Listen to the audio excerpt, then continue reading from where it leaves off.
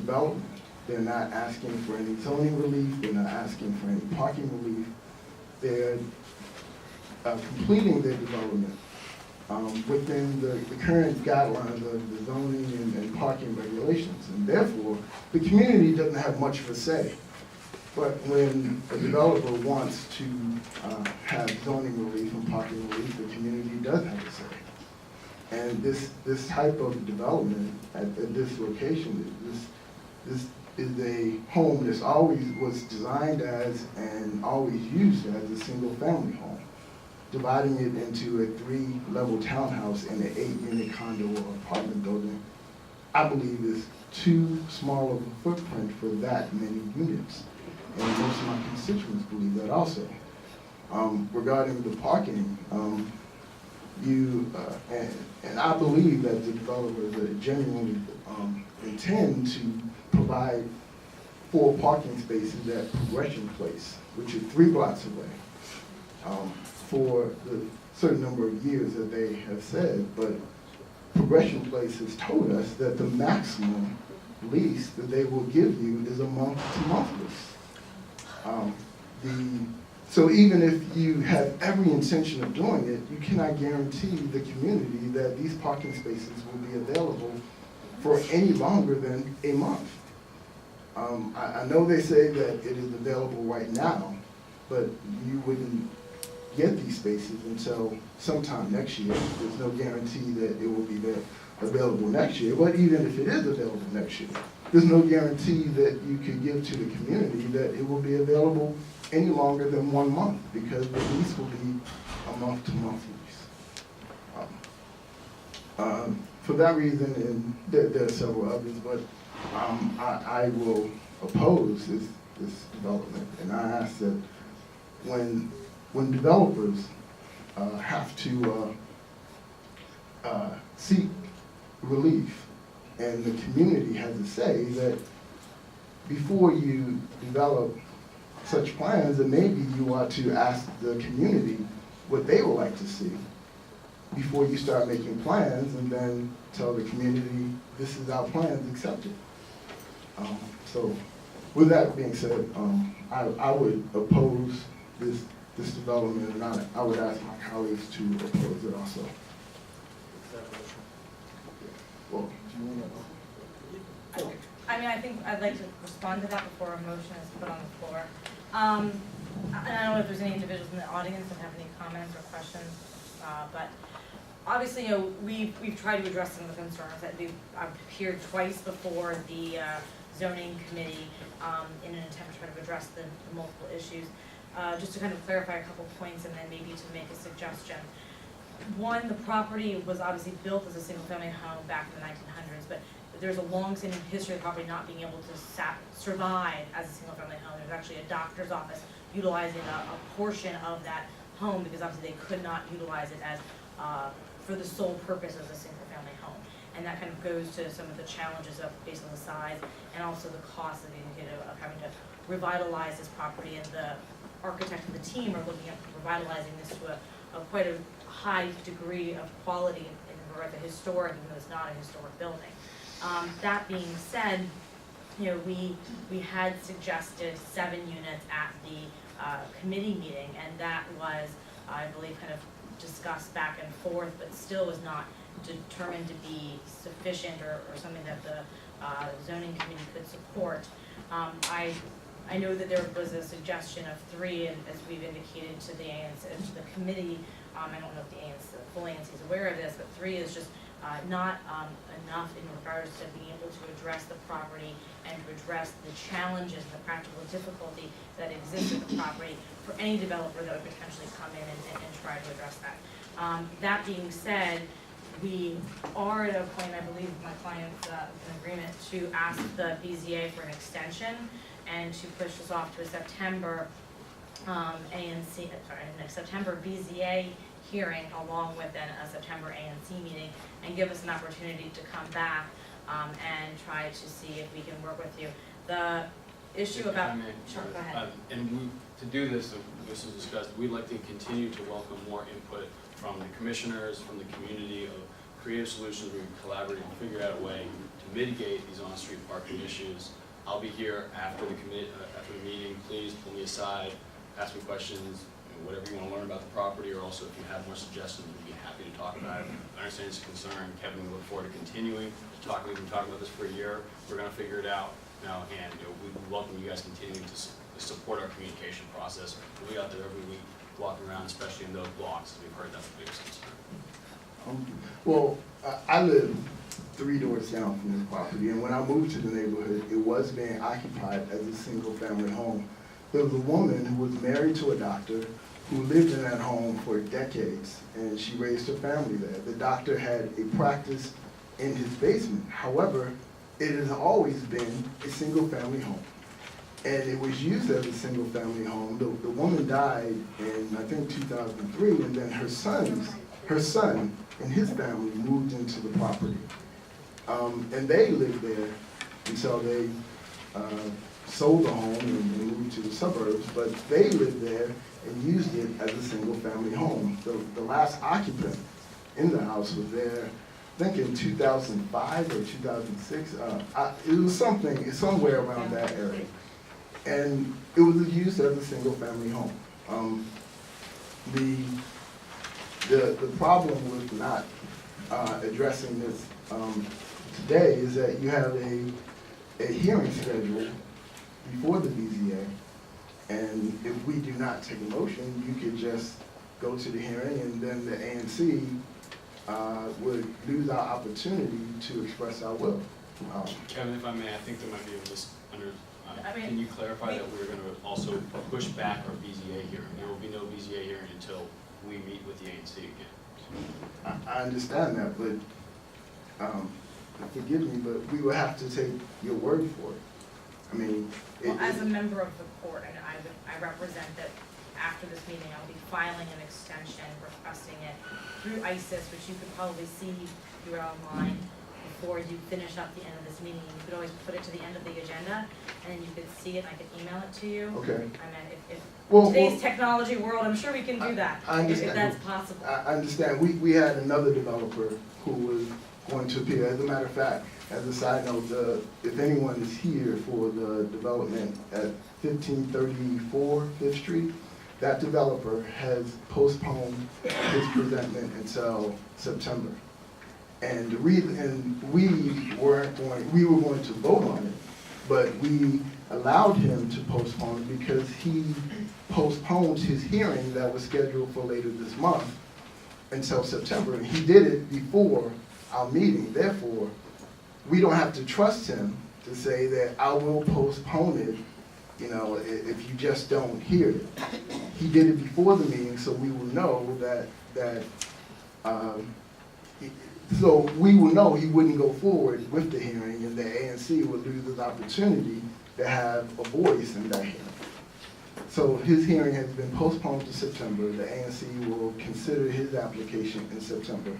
But regarding this matter, if we oppose the current application that is before the BZA, there's nothing stopping you from applying for another application, and we could hear it. I guess I could just add one No, thing. just- I think address if we this. were to do that, we would probably never get approval from another project in front of you guys again. We certainly don't want to create that kind She's a of member of the bad will. bar, Well, too.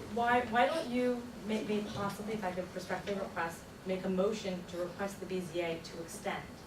And then you can act. Your motion will obviously be heard by the BZA. It is obviously, even if I do not request an extension, the board will recognize the ANC with great weight and would then acknowledge that request to extend to September. That might be an alternative that I would recommend. Well, I can say that if we did move on your current application and we denied it, I can tell you myself, and I can speak for my colleagues, that they would not be biased against you if you came here with something different. I mean, that's just not the case. And this body, we can't control the schedule of the BZA. I mean, we can ask them to do it, but it doesn't mean that they will do it. Our say is whether we approve or disapprove of the application. And if that was something, I mean, we met Thursday, 5 days ago, and you were told that your application, as it currently is, will in all likelihood not pass this body. And at that point, you could have said, well, why don't we postpone it? But you chose not to until right now. I mean, at the 11th hour, you're saying, well, let's postpone it now, and you could have said that Thursday when we all met to discuss this.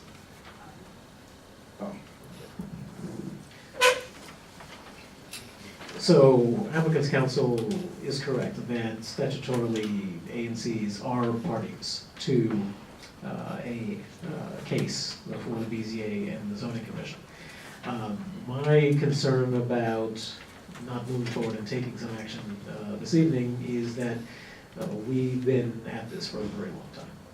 As you indicated, you've been in communications with Commissioner Chappell for about a year on this. This has come 2 consecutive months to the Zoning and Planning Committee. We've repeatedly made the recommendation that you look at 4 units instead of 8 units in the building at 1740. And while we've seen a potential reduction to 7 units, that's still not addressing what potentially is a parking impact of at least 24 vehicles that we're looking at. If each of these units has 2 bedrooms, some will have 3 bedrooms, we're looking at a potential multiplier factor of as many as 24 cars associated with this. And to my knowledge, the DMV doesn't have, or DDOT don't have a mechanism right now to not go ahead and issue visitor parking passes automatically. So I am very sympathetic to the applicants in this situation. I don't see that there is likely to be a meeting of the minds if we were to extend another 2 months. There is nothing that would prevent the applicants from asking for a new date in September and trying to come up with a different configuration. But unless there's a commitment to look at 4 units, I just don't see myself supporting not taking an action tonight. Others? Well, Alex, if I may, I think what we had just talked about before, I'm sorry if there was any confusion in not communicating before, we were not able to get together, it's my fault. By proposing a state of the vote, it was to say we are going to go back and look at a reduction of units, as we've already reduced the townhome per Kevin's, when it was initially a 2-family flat, now a single-family townhome. We're going to go back and look at that even harder, try to fortify our parking mitigation strategy more.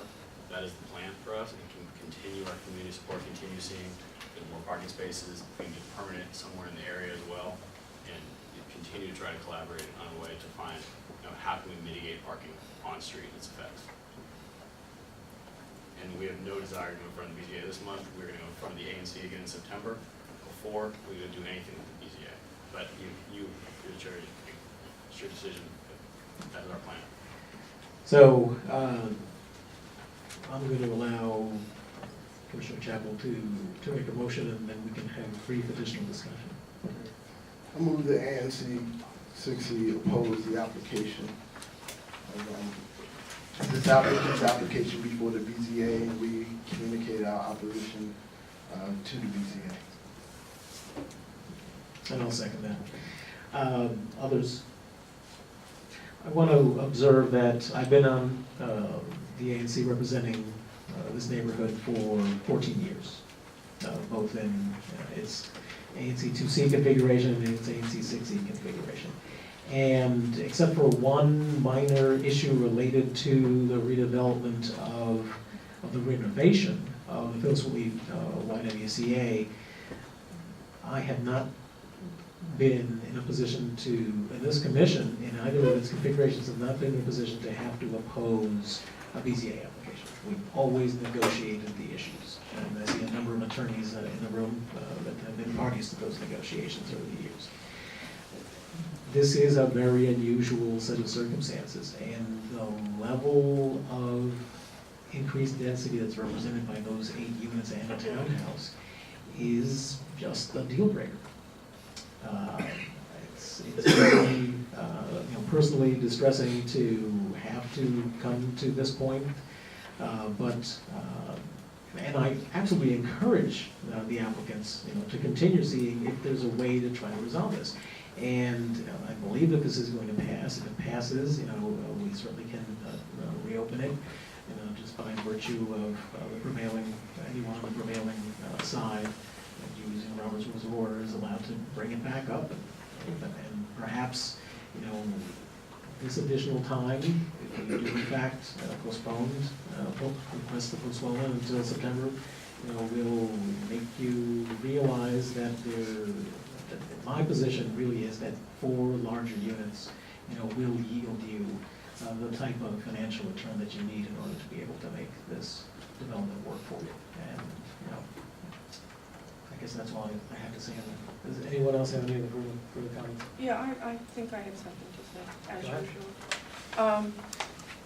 I personally feel that, as a member of the court, she has obligations and has responsibility. And so somehow I think we should be taking her word that she's going to do what she says she's going to do. I mean, I don't think that that's a ridiculous kind of thing. As far as the project goes, at committee we talked possibly about lowering the number from 8 to something else, but it was not left with any final anything at that point. We did not talk, Alex brought up about 4, but I'm not so sure that I agree that it has to be down as low as 4. I mean, you have to put up what you have to put up in order to make your money back. 8 may be too many, but I think that, you can look back and see whether or not you can go down. We talked about 6 at committee. Maybe you need to look at that again. And as for parking, as almost all of you know, 40% of people who live in this area don't even own cars. To be making a big to-do about having permanent parking spaces, when that's not actually true in the city. I know the law says one thing, but everything's done on a case-by-case, and there are buildings in this city that go up with no parking, and there are buildings that go up with less than the parking that they, so to speak, are required. And people who were at the presentations last night, those developers, I've spoken to some of them, and they also tell me the same thing, that some buildings get exceptions. As for the street parking, anybody who has a registration and a DC license plate can park on the street in DC. I don't see how anyone can say, oh, I'm sorry, you're not allowed to park here. That just does not, make any sense to me. Yes, maybe there should be some different kind of signage, and maybe that's up to the people who live on those streets, as they did in other necks of the woods in DC, to restrict parking for certain events, and if things are going on at the convention center, that you can't park here. That works. For example, over by the ballpark, that's happening, and it works. But I disagree that we should automatically just say no and violate your rights as a person to try and put something forward in this commission. So that's my opinion. Commissioner Jeff. Yeah, Commissioner Messina said that 40% of people in this area do not own cars. I don't know where that figure comes from, but I can tell you that 100% of the people who live in the 400 block of S Street, where this is located, has 1 or more cars per house. And that's a fact, because I know that. Also, no one has said that no one can park on the street. I don't know what that had to do with anything, but you're right, anyone can park anywhere on the street, but the city has placed an obligation on developers, and it's a minimal obligation. 1 parking space per 3 units. I mean, that's very minimal. As I said, the ANC has always asked developers to do more than a minimum. And at this point, the developers aren't offering any parking spaces.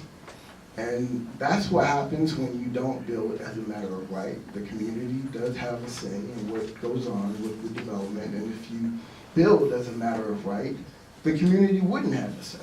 But this is the process that the city has given to the community to have a say in how their community is because after the developers develop their project, they make their money, they move on to the next development, the community is still here and has to deal with a problem that has been exacerbated by that development. And so I think this body ought to be more concerned about the sentiments of the community and problems that the community may face than developers making money. And so that's the reason why I'm opposing this. All right, I'm gonna call the question. All in favor signify by saying aye. Aye. So let's have a show of hands. Nay? Okay, motion carries. Again, we welcome the opportunity to continue to work with you. We just wanted to have a placeholder to express our concerns so you understand where we're coming from. Feel free to continue to work with Commissioner Chapel, and we will be very happy to have you on our agenda. We would request September, we will be requesting a budget. Yep. Thank you. Thank you. I think that after this, most of the items will go rather quickly except item number 8. But we're moving on to the 1400 block of 9th Street. This is a request for support for modification of the planned unit development for City Market at O for the last of the buildings on the City Market footprint.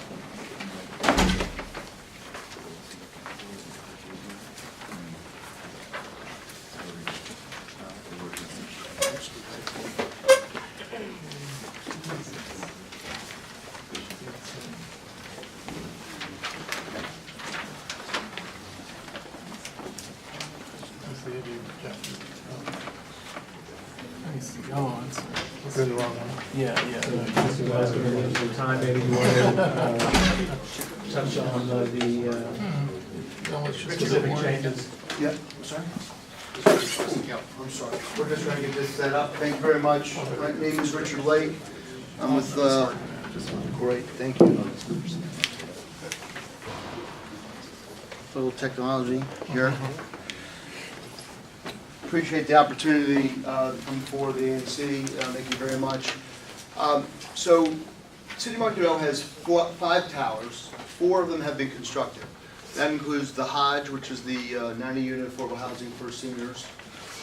That also includes the Cambria Suites Hotel and the 2 residential buildings that line along 8th Street. The last building to be constructed is along 9th and P. And we're here today not to ask for any more density. We just want to reorganize. We want to capture. There was a little bit of density that was left over from the hotel transaction.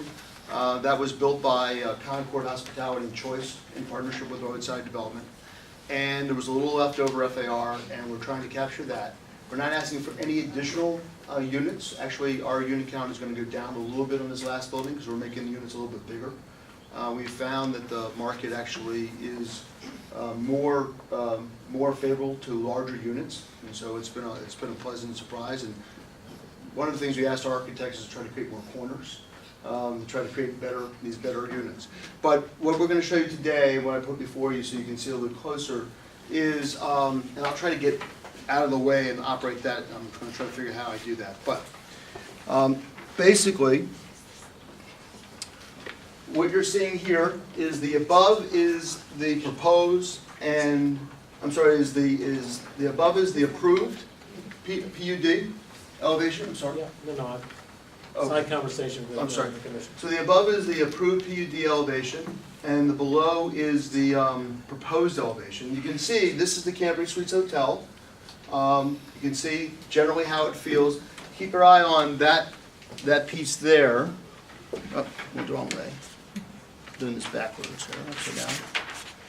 So the penthouse that currently is existing there on the approved, what we want to do is we want to extend it across and actually add 4 units above and push it back so you don't really see it from the street. And the idea is to be able to make the connectivity from our roofs. We have found that the roofs and the amenities up on the roof have become very popular. So the next building we want to try to tie the roofs together. And so what we're doing is we're trying to make it a more gentle transition from the 9 stories that's already been improved on Peace Street to the 9th Street elevation. So we're basically bringing that penthouse over. Now, penthouses are taller than normal units, so we're actually bringing the height down significantly, but just extending it and making into units. And that gives you an idea of that line in the back there.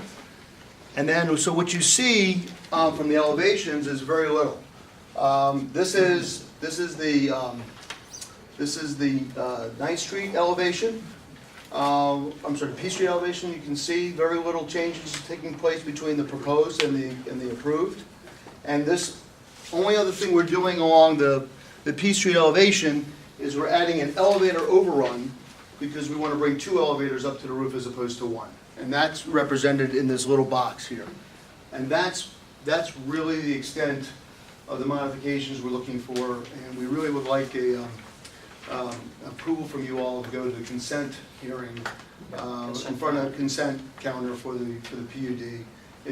We're not adding any more FAR. We're not adding any more real density. We're just moving around some of the forms we already had approved. And I'll be happy to answer any questions anybody has. So basically, we're talking about, a technical change that, is not even going to be visible, from the street. Correct. And I actually have one diagram that shows that, Alex, that shows you exactly what would be visible, and you'll see it's a little peak here and a little peak at the elevator, and you really have to be looking for it to actually see it, because it's way up there and you're not really going to be able to see it from the street anyways. And we've met with HPRB, Steve Bilcott, and he felt very comfortable as long as we were honoring the setback that original penthouse had, that mitigated any concerns about the height along 9th Street, he was okay. So again, one of those things that the way that our zoning process works, you actually have to get every little change approved by the zoning commission, and this is obviously one of the smallest ones that I've seen in 14 years. And this project is in my single member district, and I will go ahead and make a motion that Advisory Neighborhood Commission 6C support the minor modification to the plan unit development for City Market at O, and that we communicate that support to the zoning commission of the District of Columbia. And I would ask for a second. A second. Mr. Chairman, Yes. that would be support for consent calendar action. And I modify my motion to indicate that the commission also supports that this has to be on the consent calendar. So I would ask someone to second again. Second. It's been properly moved and seconded. Any further discussion on part of the commission? Hearing none, all in favor, signify by No, you saying didn't hear. Go ahead. aye. Oh, I'm sorry. Sorry. Go ahead. I think that, I'm not opposing it, but I think for developers, when you're making changes, you should at least send it to committee. You don't, not that you have to appear before the committee, but the information should be shared with this ANC zoning committee so that everybody who is on, is aware. And that's just a policy I think that should happen, and that goes for any developer. You want to make a little change, then just send us an email telling us ahead of time. You may have spoken to Alex, but Alex doesn't have that committee. Sure. So I think it's, I appreciate that. I will put on the record that I did request a copy of the submission in this instance, and I did not receive a copy until Monday. So I had conversations with the folks at Roadside, but I believe the filing was on the 26th, if I'm not mistaken. So I received it on the 30th. So. Calling the question, all in favor, signify by saying aye. Aye. Aye. Marge, did you vote? I'm sorry. Yes, I did. That's unanimous, thank you very much. Thank you. And congratulations again on the great success of City Market. Thank you. My understanding is that all but 14 of the senior units have been leased. Yes, Very exciting. Very exciting. Moving on to a brief presentation on transportation impacts related to the 3rd Street Tunnel.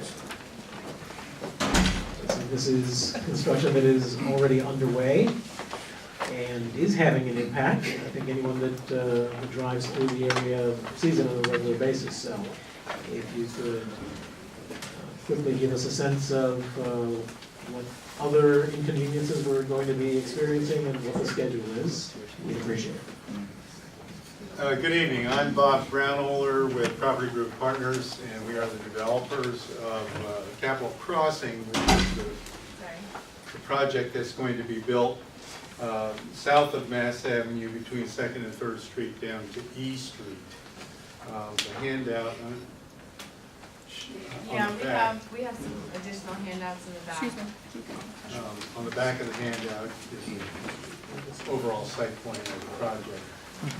But what I want to focus on tonight is what's going on right now is utility relocation in Mass Avenue and 2nd Street and 3rd Street. Just to orient you, this is H Street coming across, this is Mass Avenue, this is 2nd Street, 3rd Street, 4th Street. And these shaded areas are the work zones that are underway right now. And what we're doing is moving a lot of water and gas and electric out of the streets to make room for the changes we're making, primarily the addition of a portal in the middle of Mass Avenue that is going to take you down onto the highway. So coming east on Mass Avenue, there will be a portal right in the middle, sort of like there is other places on Mass Avenue where you go under a circle. There will be a portal here that will take you down onto the highway. To do that, we have to move a 30-inch water line that's running down the center of Mass Avenue. And that's a major project in itself. And we also have to move a 13,000 volt transmission line that runs right through here as well. So there's some major pieces of infrastructure that have to be relocated. And in order to affect that, that's what all this work is about. This work is going to continue for about 15 months, but during that 15 months,